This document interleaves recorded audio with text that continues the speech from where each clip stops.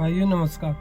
ये हमारी जुग्गी मशीन बहुत सा धागा काटना चालू कर दी है। इसमें मैं उल्टा करके देखे हैं कि मशीन में क्या कमी आ गया।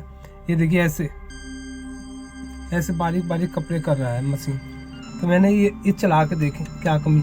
ये सेट ओ भाई ये सेटर में कमी आ गई, ख़राब हो गया है। ये बिल्कुल हिल रहा है, ख़त्म हो गया सेटर। इसमें अब नया सेटर लगाने पड़ेंगे। अब इसमें लग रहा है ये यहाँ लगने के बाद ये धागा छिल दे रहा है। छिलने के बाद वो धागा बार बार काटना चालू कर दिया है। कमी यही आ गई, सेटर खराब हो गया इसका। ये देखिए इस ऐसे लगने के बाद ना धागा वहाँ से छिलेगा तो ऐसे करेगा बारीक। ये देखिए ऐसे रुएं की तरह बना देगा धागे के। इससे क्या है, धागा काटना चालू कर दिया है। आवाज़ भी आ रहा है, ये देखिए कैसे आवाज़ आ रहा है। बिल्कुल ख़राब हो गया सेटर।